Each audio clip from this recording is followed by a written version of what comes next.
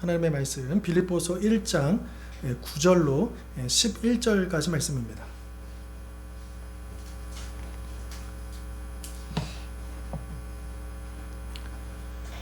(1장 9절로 11절까지) 말씀, 제가 가진 성경으로 신약 318면입니다. 우리 석절의 말씀 우리 한 목소리로 같이 읽도록 하겠습니다. 시작. 내가 기도하노라 너희 사랑을 지식과 모든 총명으로 점점 더 풍성하게 하사 너희로 지극히 선한 것을 분별하며 또 진실하여 허물 없이 그리스도의 날까지 이르고 예수 그리스도로 말미암아 의의 열매가 가득하여 하나님의 영광과 찬송이 되기를 원하노라. 아멘. 우리 지난 시간에 잠깐 나누었는데요. 우리 3절로 11절까지가 이제 이 빌립보서의 서론인데요. 크게 세 가지 내용으로 나눠진다 말씀드렸습니다. 사도 바울이 얼마나 이 빌립보 교회로 인해서 그 성도들로 인해서 감사한지, 또 그들을 얼마나 사랑하고 있는지, 그리고 이제 오늘 내용인데요. 얼마나 그들을 위하여 기도하고 있는지, 이 세 가지 내용이 바로 3절로 11절에 나와 있는 내용이죠. 또 지난주 본문을 다루면서도 우리가 사도 바울이 그들을 생각할 때마다 감사하면서 간구하였다, 이 내용을 우리가 보지 않았습니까?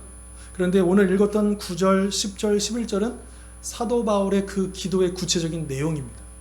물론 이 내용만 가지고 기도한 건 아니겠지만 이 사도 바울이 늘 기도했던 것을 요약한 것이 바로 이 오늘 본문의 말씀이다라고 하는 것이죠. 자, 그런데 우리가 9절을 보기에 앞서서 8절을 같이 보면 또 사도 바울의 마음을 우리가 한 가지 더 알 수 있는 게 있는데요. 8절에 보면 내가 예수 그리스도의 심장으로 너희 무리를 얼마나 사모하는지, 즉 사랑하는지 하나님이 내 증인이시다. 그러므로 내가 뭐한다? 여러분, 사랑하기 때문에 여러분들을 위해서 기도합니다. 사도 바울이 고백하고 있다는 거예요. 여러분, 여기서 우리가 알 수 있는 건 뭐냐? 내가 누군가를 사랑한다. 그럼 우리는 반드시 기도할 수밖에 없다는 거죠. 여러분, 우리가 가족들을 위해서 왜 기도합니까? 사랑하기 때문이죠. 여러분, 우리가 지체들을 위해서 왜 기도합니까? 사랑하기 때문이죠. 여러분, 우리가 하나님의 뜻이 이루어지기를 위해서 왜 기도합니까? 하나님을 사랑하기 때문에 우리가 기도하는 것 아니겠습니까? 그러니까 기도는 여러 가지 정의가 있을 수 있고 또 기도에 대한 여러 가지 동기가 있을 수 있지만, 그러나 무엇보다도 우리가 이 기도는 사랑으로부터 출발한다라고 하는 것을 기억할 필요가 있다라고 하는 것이죠. 기도야말로 누군가를 사랑하는 최선의 방법이다라고 하는 것입니다. 그런 면에서 요즘 우리의 그 기도 생활을 돌아보자라고 하는 것이죠. 과연 이러한 사랑이라는 동기를 가지고 우리가 그렇게 기도하고 있는가? 단지 책임과 의무로 혹은 습관적으로 기도하고 있지 않는가? 우리의 기도가 그렇게 매너리즘에 빠져 있지 않는가? 더 안타까운 것은 그러한 기도마저도 쉬고 있지 않는가? 여러분, 새벽이든 낮이든 밤이든 우리 각자가, 여러분, 우리가 정해놓은 기도 시간이 있습니까? 여러분, 다니엘이 포로로 끌려가서 더 이상 성전에서 제사 드릴 수 없을 때, 예배 드릴 수 없을 때 그가 했던 것은 무엇입니까? 내 형편이 안 되니까, 내가 더 이상 이제 예배 드릴 장소가 없으니까, 예배 드릴, 함께 예배할 사람이 없으니까 그가 포기했습니까? 아닙니다. 예루살렘 성을 향해서 창문을 열어놓고 그가 했던 것은 기도입니다. 여러분, 우리의 매일매일 삶이 참 힘들고 어렵고 또 가정 안에 개인적으로 그러한 기도 제목들 우리가 올려드릴 수밖에 없는 그런 일들이 많이 있을 것입니다. 건강의 문제로, 자녀의 문제로, 재정의 문제로, 진로의 문제로 여러 가지 많은 문제들이 있을 것입니다. 그때 우리가 해야 할 것이 무엇입니까? 기도입니다. 걱정하고 염려하는 것이 아니라. 물론 우리는 연약하기 때문에 두려움이 금세 우리의 마음을 차지해버립니다. 낙심하기도 합니다. 넘어지기도 합니다. 그러나 우리가 그때 해야 할 일은 기도라고 하는 것이죠. 그러므로 우리는 이 그리스도의 심장, 뜨거운 가슴으로 우리 자신과 우리 가족 그리고 우리 이웃들을 위해서 간구하기를 힘써야 한다라고 하는 것이죠. 무엇보다도 우리는 하나님을 사랑하기 때문에 하나님의 뜻이 이 땅에 이루어지기를, 하나님의 뜻이 나를 향한, 우리 가정을 향한, 우리 교회를 향한, 이 민족을 향한 하나님의 뜻이 온전히 이루어지기를 우리는 간절히 기도해야 합니다. 내가 기도하지 않더라도 하나님은 하나님 뜻을 이루실 거야. 틀린 말은 아닙니다. 그러나 에스겔서에서 하나님이 선지자를 통해서 뭐라고 말씀하시냐면 하나님은 이스라엘을 반드시 회복시켜 주실 것이라는 약속을 주십니다. 그런데 한마디 더 하십니다. 내가 너희를 회복할 거야. 회복시킬 거야. 그래도 너희는 구해야 할 것이다. 하나님의 뜻을 아는 사람은 기도할 수밖에 없습니다. 물론 내가 기도해서 기도를 짜내서 이룰 수 있다는 뜻이 아니라 갈망하는 거예요. 하나님 뜻이 정말 이루어지기를, 내 심령이 새롭게 변화되어지기를, 우리 가정이 정말로 달라지기를, 내 앞에 있는 문제들이 해결되어지기를 우리는 간절히 소망하면서 하나님께서 해결해 주시기를 바라보면서 우리가 기도해야 한다라고 하는 것이죠. 자, 이제 구체적인 사도 바울의 기도의 내용을 하나하나 살펴보겠습니다. 9절입니다. 내가 기도하노라 너희 사랑을 점점 더 어떻게 해요? 풍성하게 하사라고 말씀하십니다.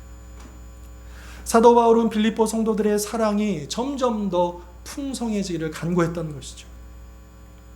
여기 사랑이라고 번역된 이 헬라어는요, 우리가 잘 아는 헬라어입니다. 사랑하면 떠오르는 헬라어 아가페라는 사랑이 있습니다.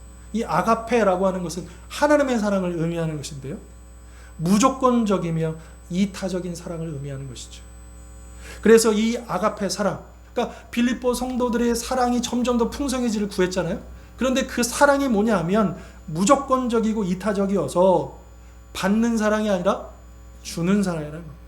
나를 위한 사랑이 아니라 남을 위한, 다른 사람을 위한 사랑이어야 한다라고 하는 것이죠. 그런데 그들의 사랑이 점점 더 풍성해지기를, 이 말 속에는 이미 빌립보 성도들에게 사랑이 있었다라는 것을 알 수 있습니다. 그러니까 사랑이 시작하지도 않았는데 점점 더 풍성히, 이 말은 논리적으로 말이 안 맞잖아요. 그렇죠? 그런데 이미 빌립보 성도들은 이미 뜨겁게 사도 바울을 사랑했고 주님을 사랑했고 그 사랑이 있었어요. 여러분, 빌립보 교회 최초의 성도 루디아를 기억해 보십시오. 루디아가 세례를 받고 예수님을 영접한 다음에 그가 한 것이 무엇이냐? 자기 집을 오픈합니다. 사도와 함께 있는, 바울과 함께 있는 그 동역자들을 자기 집에 모시고 여기에서 복음을 전하고 예배드릴 수도 자기 가정을 헌신하죠. 사랑의 수고를 감당합니다. 여러분, 간수가 예수님을 영접하고 세례받고 한 다음에 한 일이 무엇인지 아십니까? 사도 바울을 씻기고 상처를 싸매는 일을 합니다. 그러니까 빌립보 교회 성도들은요, 예수님을 믿고 제일 처음에 하는 게 뭐냐면 사랑의 섬김을, 그 수고를 감당했다는 것을 알 수 있는 것이죠. 그리고 감옥에 있는, 우리 지난 시간에 나눴지만 이 빌립보 이 성도들은 감옥에 있는 사도 바울을 외면하지 않고 사람을 보내주고 물질을 보내주고 또 위로하고 격려하는, 또한 이 예루살렘 교회의 그 기근으로 인해서 어려움에 빠졌을 때에 또한 연보를 모아서 그 어려운 교회를 돕는 그런 사랑을 실천하는 교회였다라고 하는 것이죠. 그럼에도 불구하고 그 사랑이 어때요? 점점 더 풍성해지기를 사도 바울은 구하고 있는 것이죠. 사랑이 풍성히 더 풍성해진다라고 하는 것은 그 사랑이 자라간다는 의미일 것입니다. 그런데 이 사랑이라는 말을 이렇게도 바꿀 수 있습니다. 우리의 사랑, 곧 우리의 신앙이 자라가기를, 우리의 인격이 자라가기를. 왜냐하면요, 여러분, 신앙이 좋다는 것이 무엇입니까? 인격이 좋다는 것이 무엇입니까? 곧 사랑한다는 의미입니다. 그러니까 신앙과 인격은 사랑과 비례하는 것이죠. 우리 신앙이 깊어지면 깊어질수록 하나님을 향한, 이웃들을 향한 우리의 사랑도 당연히 깊어질 수밖에 없다라고 하는 것이죠. 자, 그러면 이 사랑이 점점 더 자라가야 되는데 어떻게 하면 이 사랑이 건강하게 잘 자라갈 수 있을까요? 9절에서 사도 바울은 이렇게 얘기합니다. 지식과 모든 총명으로 이 사랑이 자라가기를 간구하고 있는 거죠. 그러니까 이 사랑이라고 하는 어떤 씨라고 한다면 이 사랑의 씨가 싹을 틔우고 점점 더 자라서, 여러분 11절에 보면 열매라는 단어가 나오죠. 그러니까 그 그림을 좀 상상해 보시면 되는 거예요. 그 사랑이 심겨지고 그 씨가, 사랑의 씨가 싹을 틔우고 자라서 열매를 거두기까지, 이것이 사도 바울의 간절한 기도인데요. 그러면 이 사랑이 어떻게 잘 자랄 수 있을까? 두 가지를 제시하고 있습니다. 첫 번째는 지식이고 두 번째는 총명이다라고 하는 것이죠. 그러면 이 지식과 총명은 과연 무엇을 말하는가? 여러분, 지식은 어떤 지식일까요? 그렇죠. 하나님을 아는 지식입니다. 그런데 하나님을 알다라고 하는 것은 좀 종류가 있습니다. 그러니까 우리가 보통 하나님을 이제 지식적으로, 객관적으로 아는 거예요. 하나님의 존재를 알고 하나님의 성품을 알고, 그런 알면 비교적 그렇게 어렵지 않게 우리가 얻어낼 수 있습니다. 그런데 정말로 하나님을 안다는 의미가 과연 그 정도이겠는가? 만약에 우리가 누군가를 알아요. 그런데 그 사람에 대해서 우리가 더 교제를 하고, 또 그 사람이 더 세밀하고, 또 개인적이고, 또 그런 일들을 더 많이 알아갈수록 그 알면 어떻습니까? 그냥 그 사람 키가 얼마고, 그 사람 발 사이즈가 얼마고, 안경을 꼈고 안 꼈고, 이런 지식하고는 비교 안 되는 거잖아요. 그렇죠. 더 면밀하게 더 들어가는. 그래서 사실은 이 알다라고 하는 이 단어는 그 부부가 서로 점점 더 하나가 되어지면서 알아가는 신비로운 지식을 이야기하는 것처럼, 바로 우리가 하나님을 아는 지식도 그와 같다라고 하는 것이죠. 당연히 이 객관적인 성경의 지식을 통해서 우리가 하나님을 알아야 될 뿐만 아니라요.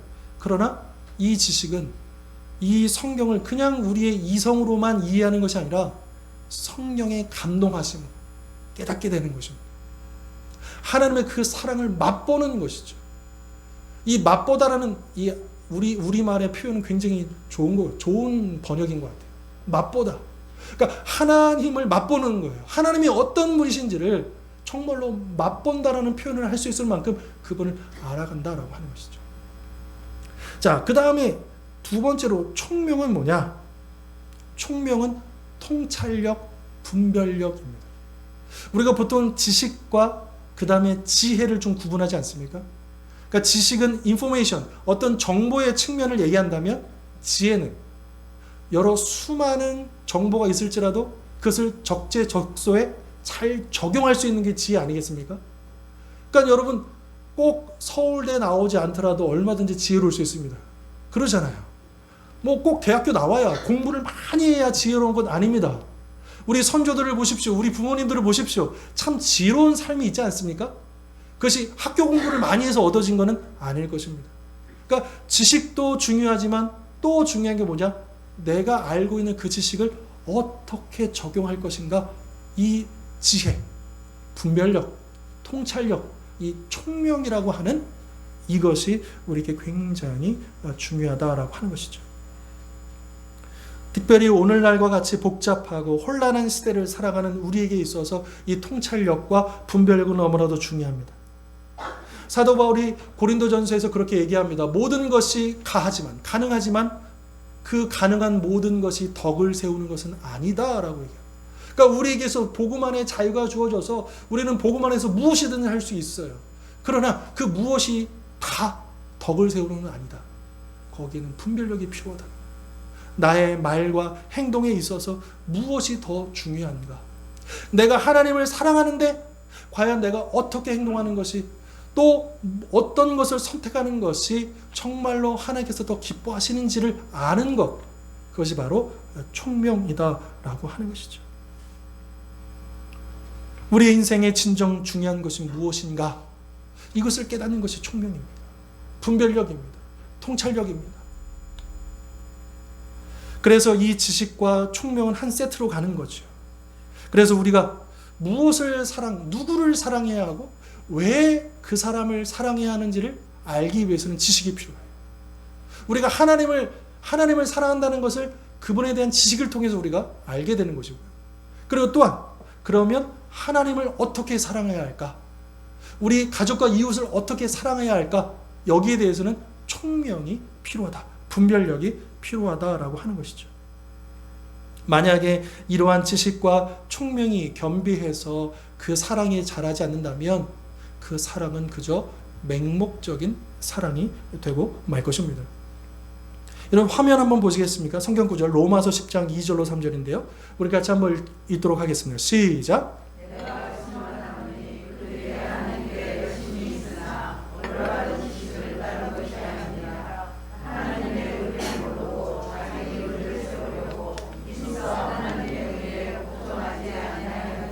아멘.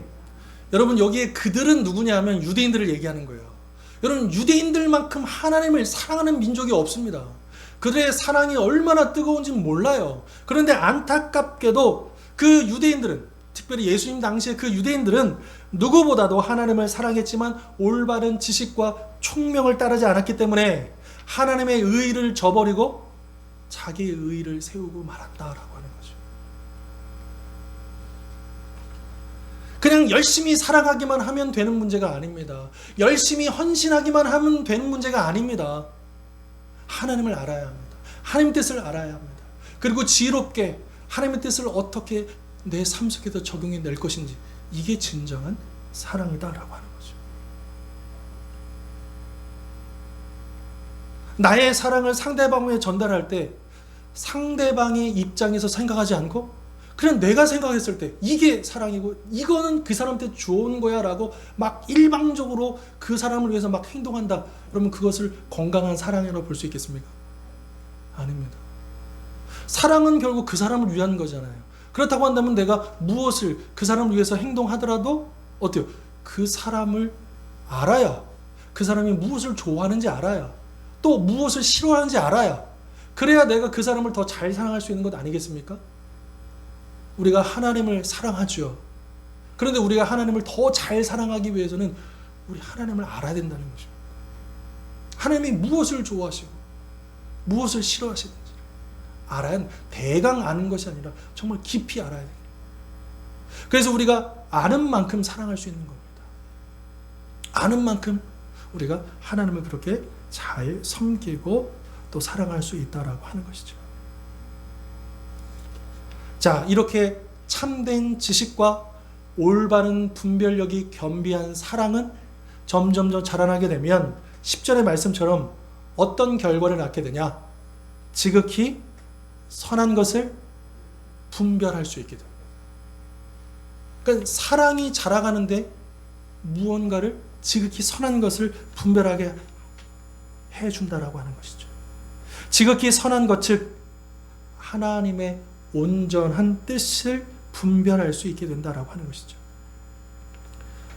또 우리 화면 다음 구절 한번 보시겠습니까? 로마서 12장 2절. 너희는 시작.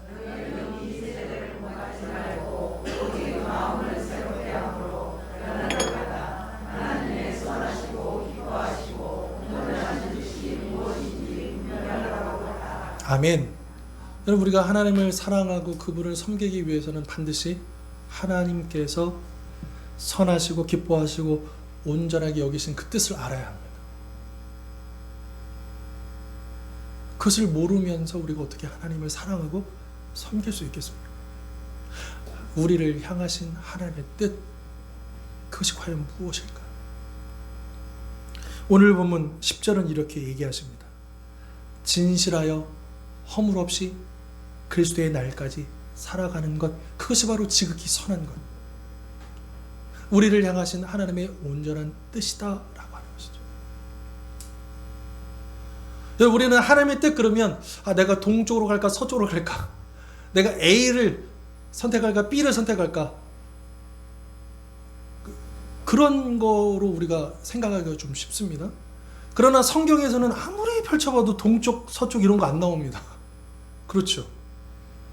하나님 뜻을 알려주십시오. 아무리 성경을 들춰봐도 하나님께서 이 길로 가라, 저 길로 나오지 않아요. 다만 우리에게 그것을 분별할 수 있는 지혜를 주시는 것이죠. 성경은요. 하나님 뜻이 무엇인지 깨닫게 하는 것입니다. 그런데 오늘 10절의 말씀이 그 가운데 중요한 원리이죠. 어때요? 진실하고 허물이 없는 거룩한 삶. 여러분, 진실하다는 것은 우리의 내적인 이 내면의 인격을 표현하는 그런 단어입니다. 그리고 허물이 없다라고 하는 것은 우리의 외적인 행동을 얘기하는 거예요. 순서는 당연히 우리의 마음 속에 있는 것이겠고요. 그래서 우리의 마음에 있는 것들이 밖으로 드러난 것 아니겠습니까? 우리의 생각은 반드시 결과로 나오도록 되어 있습니다. 내가 품는 것들이 바로 입으로 나오도록 되어 있습니다. 그렇기 때문에 우리 마음이 먼저 어떻게 해야 돼요? 진실해야 돼요. 이 진실하다는 말은 이렇게도 번역할 수 있어요. 투명하다, 순수하다, 더럽히지 않다, 섞여 있지 않다, 이런 단어입니다. 이 원문을 보면 진실하다가 그런 뜻이에요. 그리고 허물이 없다라고 하는 것은 뭐냐면 이 장애물에 덜커덕 걸려가지고 넘어지지 않는다라고 해요. 그러니까 사도 바울이 이 빌립보 성도들로 하여금 그들이 진실하여 허물 없이 그리스도의 날까지 살아가게 해달라 이렇게 기도하고 있지 않습니까? 그 기도는 결국 이겁니다. 그 성도들이 이 더러운 세상에 물들지 않게 해달라, 진실하게 해달라, 그런 삶을 살아가게 해달라 기도한 것이고요. 또 두 번째로는 그 성도들 때문에 누군가가 실족하여 넘어지지 않게 해달라는 거예요. 사도 바울은 그것을 구하고 있는 것이죠. 그런데 언제까지 그렇게 살아가야 합니까? 그리스도의 날까지입니다. 그리스도의 날은 어떤 날입니까? 주님 오시는 그날이지 않겠습니까? 즉 진실하고 허물이 없는 이 삶은 주님께서 오시는 그날까지 우리에게 주어진 하나님의 뜻이며 사명이다 라고 하는 것이죠. 이렇게 우리가 진실하여 허물 없는 삶을 살 때에 비로소 11절 말씀처럼 어떤 열매를 맺습니까? 의의 열매를 맺는다라고 하는 것이죠. 자, 그런데 이 그리스도의 날까지라는 이 단어에서 우리는 그러면 주님의 재림이 딱 오시면 우리가 거룩한 삶은 딱 거기에서 끝난다라고 생각하기 쉽잖아요. 그런데 다시 한 번 더 이 그리스도의 날까지라고 하는 이 단어를 다시 한 번 더 원문으로 살펴보니까 어떤 뜻이냐면 어디까지라는 그런 뜻이 아니더라고요. 어디 안에서라는 뜻입니다. 이 말은 뭐냐면 예수님이 재림하시면 우리의 거룩한 삶이 딱 거기까지라는 의미가 아니고요. 예수님 안에서 예수님 재림하신 이후에도 계속해서 우리의 거룩한 삶은 이어진다라고 하는 의미를 담고 있습니다. 그러니까 이 땅에서 우리가 진실하고 허물이 없는 삶을 살아가는 것뿐만 아니라 우리가 주님과 함께 영원토록 그 거룩한 삶을 살아가야 한다라고 하는 것을 우리에게 말씀해 주고 있는 것이죠. 자, 주님 오실 때까지 이렇게 진실하고 허물이 없는 거룩하고 구별된 삶을 살아갈 때에 아까 말씀드린 것처럼 11절의 말씀처럼 의의 열매를 거두게 될 것입니다. 자, 그런데 여기서 의라고 하는 이 단어의 뜻을 우리가 잘 살펴야 합니다. 의하면 우리는 의롭다라는 단어가 금세 떠오르잖아요. 근데 이 의롭다라고 하는 것은 이제 우리를 의롭게 여기시는 그 칭의라고 하는 이 부분을 우리는 너무나도 당연하게 생각합니다. 근데 일단은 이 문자적인 의미가 있어요. 의라는 이 단어가요. 이 의는 무엇이 의냐? 하나님의 뜻과 일치할 때가 의인 거예요. 그러니까 우리가 생각하는 의는 조금 다르게 생각하는 경우가 많아요. 의하면 깨끗해지고 뭔가 의롭고 이렇게 생각하잖아요. 그런데 여기서 말씀하고 있는 이 의의 열매의 의는 하나님의 뜻과 하나가 되는 거예요. 하나님의 뜻에 부합하는 거예요. 하나님 뜻에 일치하는 거예요. 그렇기 때문에 여기서 말하는 의는 우리가 구원받는 의인이 되어지는 의로워지는 그 칭의의 의가 아니고 하나님 뜻에 일치하는, 우리 10절에서 얘기했잖아요. 하나님 뜻이 뭐였어요? 주님 오실 때까지 어떻게 살아요? 진실하고 허물이 없는 거룩하게 세상과 구별되게 살아가는, 그러니까 우리가 그렇게 살아가는 것이 곧 뭐예요? 의라고 하는 거예요. 하나님 뜻에 일치한다라고 하는 거예요. 바로 그 열매를 맺게 해달라. 이거를 좀 신학적으로 설명하면 이겁니다. 우리가 예수를 믿고 우리의 신분이 이 땅이 아니라 천국의 시민권을 받게 되는 거죠. 신분이 우리가 바뀌어지는 거죠. 그것을 칭의라고 합니다. 그러나 우리가 칭의, 의롭다라고 여겨지고 우리 시민권이 바뀌어진 다음에 우리의 구원이 끝나는 것이 아니라 이제는 우리가 천국 시민으로서 어때요? 이 땅에서 점점 더 우리가 거룩해져 가는 거죠. 주님을 닮아가는 거죠. 이거를 성화라는 말로 표현합니다. 그러니까 여기서 얘기하는 의의 열매는 뭐냐? 칭의의 열매가 아니고 성화의 열매다라고 하는 것이죠. 구원받은 성도로서 하나님의 뜻에 부합하는 그런 삶을 우리가 살아갈 때 열매가 나타나게 되어 있다라고 하는 것입니다. 그런데 그 의의 열매, 그 성화의 열매는 우리 인간의 노력이나 능력으로 거두는 것이 아니라 11절에 뭐라고 얘기하고 있습니까? 누구로 말미암아? 예수 그리스도로 말미암아 거둘 수 있다라고 말씀하십니다. 자, 우리 성경 한 구절 더 볼까요? 요한복음 15장입니다. 4절과 5절. 내 안에 거하라. 시작.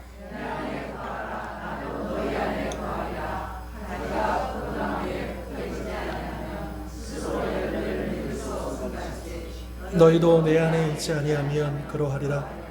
나는 포도나무요 너희는 가지라. 그가 내 안에 내가 그 안에 거하면 사람이 열매를 많이 맺나니 나를 떠나서는 너희가 아무것도 할 수 없습니다. 아멘. 포도나무에 비유이지 않습니까? 근데 그 가지가 이 나무에 붙어 있어야만 열매를 거둘 수 있잖아요. 그러니까 사실은 가지가 열매를 거두는 게 아니라 가지는 그저 통로일 뿐이고 이 나무의 뿌리로부터 오는 영양분들이 그 가지로 연결되어서 열매를 거두는 것 아니겠습니까? 그러니까 우리가 예수님이라는 나무의 가지이다라고 하는 것을 잊지 말라는 거예요. 예수님은 제자들에게 너희들이 나를 떠나서는 아무런 열매도 맺을 수 없다라고 말씀하시는 것이죠. 자꾸 진실하고 허물이 없는, 그러니까 자꾸 뭔가 우리가 그렇게 우리의 노력으로 이 열매를 거두는다라고 우리가 잘못 생각할 수 있기 때문에 이것을 지금 바로 잡아주고 있는 것이죠. 우리는 오직 예수 그리스도로 말미암아 의의 열매를 거둘 수 있다라고 하는 것입니다. 이렇게 주님 오시는 날까지 그리스도 안에서 진실하여 허물이 없는 삶을 살아감으로써 이제 이 의의 열매를 맺는 것, 이것이 곧 11절은 계속 말씀하시죠. 그것이 바로 하나님의 영광이 되고 하나님의 찬송이 된다라고 하는 것입니다. 아마 여러분들 세례 받으실 때 100이면 100 다 그 고백을 하셨을 거예요. 첫 번째, 인간의 제일 된 목적은 무엇입니까? 하나님의 영광을 위하여 사는 것, 영원토록 하나님을 즐거워하는 것입니다. 이게 웨스트민스터 우리 그 소교리 문답의 1번입니다. 우리 장로교단의 모든 그 신앙고백 첫 번째가 이겁니다. 여러분 세례 교육 다 기억 안 나시더라도 이거는 기억하셔야 되는 거예요. 그러니까 우리 인간의 제일 된 첫 번째, 이 땅에서 가장 가치 있고 우리가 반드시 해야 할 우리의 그 사명이 뭐냐면 하나님의 영광을 위해서 사는 것이죠. 그 전까지는 어때요? 나를 위해서 사는 거예요. 그러나 사도 바울의 그 갈라디아서의 고백처럼 이제는 내가 사는 게 아니라 그랬죠. 십자가에 다 못을 받고 이제는 누굴 위해서 사느냐? 나를 위해 죽으신 하나님의 아들 예수 그리스도를 위해서 산다. 그 인생의 목적이 바뀌어지는 거예요. 예수 믿었다고 해서 우리가 하는 일이 달라지지도 않아요. 예수 믿어도 똑같이 우리 밥 먹고 일하고 공부하고 그 일 자체는 바뀌어지지 않아요. 그런데 그 일을 하는 목적이 달라지는 거죠. 누굴 위해서 하느냐? 이제는 나를 위해서 했다면 예수님을 영접한 다음부터는 주님을 위해서 하게 되어지는 것 아니겠습니까? 그러니까 하나님의 영광을 위해서 내 삶이 존재하고 그분께 찬송, 그분의 그 찬송을 올려드리기 위해서 내 삶이 존재한다는 것을 우리가 기억할 때에 우리가 주님 오시는 그날까지 하나님의 뜻대로 하나님의 뜻에 부합하게 진실하고 허물 없는 삶을 살아가는 것은 선택이 아니고 너무나도 당연한 것이고 우리에게 주어진 사명이다라고 하는 것이죠. 자, 오늘 말씀을 정리해 보면 바울은 이 빌립보 교회 성도들을 정말로 사랑하기 때문에 그들을 위해서 늘 기도하였다는 것을 우리가 살펴봤고요. 그리고 9절로 10절의 그 구체적인 기도의 내용이 참된 지식과 올바른 총명을 겸비한 그 성도들의 사랑이 점점 풍성하게 자라가게 해달라 이렇게 기도하고 있고요. 두 번째로는 지극히 선한 하나님의 뜻을 분별하여 그리스도의 날까지 진실하고 허물 없이 살아가게 해달라 이렇게 기도하고 있고요. 그리고 세 번째로는 그리스도 안에서 진실하고 허물이 없는 거룩한 삶을 통해 의의 열매, 즉 성령의 열매입니다. 이 사랑의 열매를 맺어 하나님의 영광을 드러내며 그분을 찬송하게 해달라라고 사도 바울은 빌립보 성도들을 위해서 기도했다라고 하는 것입니다. 자, 이렇게 사도 바울이 기도했던 것처럼 우리도 이런 기도를 해야 될 뿐만 아니라 이 기도 제목처럼 우리가 그런 삶을 살아야 되지 않겠습니까? 내 사랑이, 나의 신앙과 인격이 날마다 풍성히 자라가고 주님 오시는 그날까지 진실하고 허물 없이 거룩하게 살아가며 주님의 뜻에 부합한 의의 열매, 사랑의 열매를 가득 맺음으로써 이 땅에서, 이 세상에서 하나님의 영광을 드러내고 주님의 이름을 찬양하는 우리 모든 성도님 될 수 있기를 주님의 이름으로 축원합니다. 기도하겠습니다.